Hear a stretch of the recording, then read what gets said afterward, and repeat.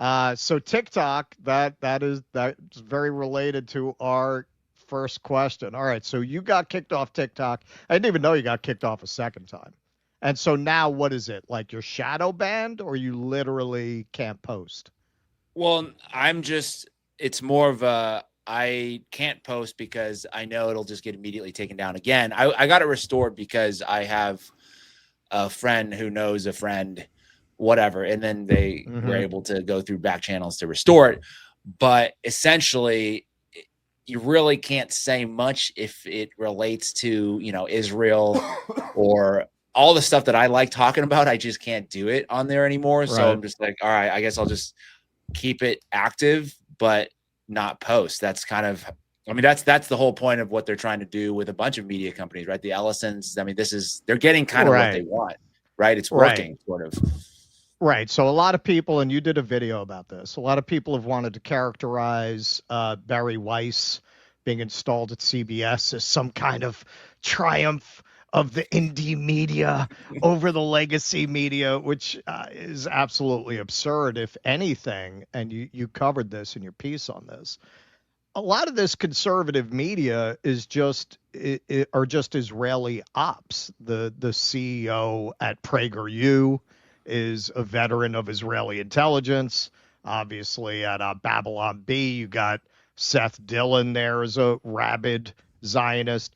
It's not just Daily Wire, which has always been very openly advocating for Israel, or even the Free Press, which was very openly kind of acting as an agent of Israel. There are also a lot of these kind of anti-woke, intellectual dark web kinds of outlets that really are stalking horses for Israel. You go back to who their investors are. It's Mark Andreessen. It's all of these people with business interests, which, of course, the big Mac daddy of all of them now is Larry Ellison. So really, if you know what's going on in this ecosystem, it's just the takeover of conservative media by Israel being extended out into the legacy media realm, very much by the same people. They took down the conservative media. Now they're taking down the legacy media. So, speaking of, for anyone who doesn't know, Larry Ellison is the single largest donor to the IDF. That's right. You have an American citizen donating millions of dollars to a foreign military and not being questioned for treason or dual loyalty. Um, it wasn't enough that he just kind of was the overall head of the consortium that just took over TikTok and kicked people like yourself essentially off the platform for talking about things that Israel does not like. I think we could safely assume. Installed Barry Weiss basically as a public censor at CBS.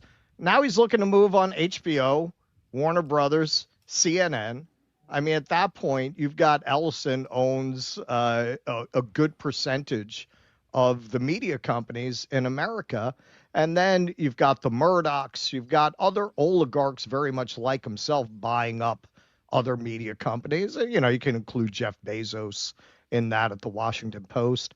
So, do people like you, do people like us, do we wind up in a situation? A lot of people observe that everything they told us communism was going to do is actually what's happening now under this kind of hyper capitalism.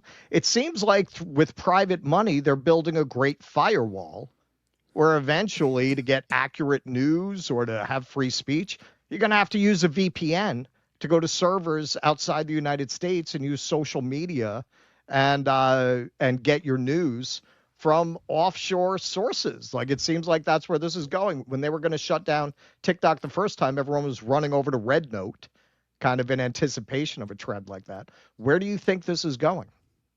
Well, let's first also not talk about who owns the VPNs, but Ah, the yes, yeah, I yes, think you get what I'm getting at there. But yeah. this is you're 100% correct. This is heading towards, ironically, a very Chinese direction, right? What they're talking about with TikTok, and some of the directives have already been made public, where they're going to basically wall off the U.S. content and have our own algorithm. And I'm like, doesn't that sound like what we were criticizing China for the longest time, right? That they have their own great firewall. where the state controls all the media that they want the population to see, and they can turn things on and off as they like. And it seems like that's kind of happening with TikTok. I think that's the great experiment. And one of the things that I'm still trying to stay on TikTok for this reason is because I think it is a very, very powerful platform just because of who uses it. If you compare TikTok, consumers versus, let's say, people on X, I think people on X are much more already in tune to that political space. The conversations, I think, more niche, whereas TikTok, I think, is a platform for everybody, right? I think it is the most popular platform for under 30. And so it's really powerful to have prank videos and cooking videos and get ready with me, and all of a sudden, boom, you see a thing about Gaza. That's really quite destructive for the Israeli propaganda machine to have. I would characterize as a normie person, not using that as a pejorative, but a normie person consume that and say, whoa, what the hell is going on here? I think that's something that they're really looking to eliminate. I think the stuff with the legacy media where they're trying to buy, they're buying CBS, Paramount, and now they're going after HBO and Warner. I think that's an outdated strategy. I don't think it's going to work. Like, I don't think anybody gives a shit what CBS is saying anymore. I think that's something that I think it's more of a vanity project. Maybe that's my perspective. I don't think it's going to be very effective propaganda. I think a lot of people have shifted off of that, but now it's a control over social media because we can talk all we like amongst our own small group of people, but the power comes in videos that are able to go viral and messages that are able to spread. So I'm still hoping, if we're talking from a capitalistic standpoint, I'm kind of noticing something very interesting in that Instagram and Facebook are now kind of letting things rip. I think they see maybe what's going on at TikTok and they're like, okay, yeah, come on over here. We're free speech, and right now until I think the attention is off of TikTok, and then it gets shifted back to Instagram or Facebook. Right now it's kind of the Wild West on Facebook. I don't know what you guys experience is like there, but for me, I'm like, oh wow, they're just letting everything go right now. That's interesting because Meta used to be like one of the worst, right? And then during COVID, yeah. Well, and even post October 7th. I mean, even with all the Israel stuff, like I noticed it was very, very draconian over there. But I think you're right in that, like, the more apolitical the space, the more the political content becomes threatening. I think that's why they really freaked out over Miss Rachel, the children's creator, because her followers are, disproportionately, obviously not exclusively, but, like suburban wine moms, more or less, who are used to finding, ideas for things to do with their kids when they watch a Miss Rachel Instagram video. And then, boom, she has a Gaza kid on there, and raises awareness about that. I think that is really threatening. But you're saying now on Instagram, things are a lot looser. Do you think that might be a function of, like, I don't know, Zuckerberg kind of saying after the election that they're going to get rid of the fact checkers and all that stuff? I think that's a little bit of it. I think it's also probably a business standpoint move as well. Me just trying to understand, right? They see TikTok as a competitor to them. So right. This is a good opportunity while the focus is off of them, right? Because everybody's so focused on talking about TikTok. There's not really any energy being put to scrutinizing the stuff that's going on in Instagram and Facebook. So they're just saying, all right, we're just going to let it rip for a while, maybe bring some new users over, people who are fed up with TikTok. Because it's not just necessarily political content related to Israel. I've talked to a number of TikTok creators, and they're talking still with the COVID. It's still, you really can't talk about vaccines. You can't talk about really health related things that are really? Wow. opposing on TikTok. Yeah, you get taken down for scrutinizing just various medical things, like talking about like Tylenol. Those stories, they got taken down. A lot of them did. So you basically got to be like either a no kings liberal or MAGA. Yeah. Yeah, the MAGA stuff, I've heard from people, the MAGA stuff is working really well right now.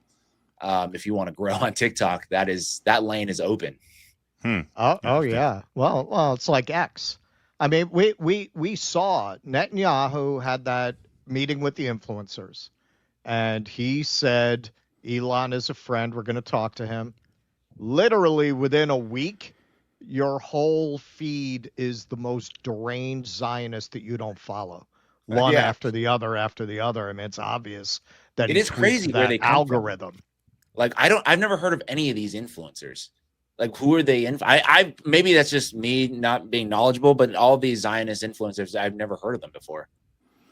Yeah, well, they kind of blend into each other, especially the ones that give themselves the Star Wars bar names because they don't want to admit that they're not from the region, so they come up with, these weird names. Ival Jacoby or Eli, Eli Davidon or whatever the fuck, they'll come up with these weird names. They blend into each other. Davidon Jax. Yeah, exactly. It's like it's hard to tell who's who. Davidon Jax from Mos Eisley. Yeah. Please clap.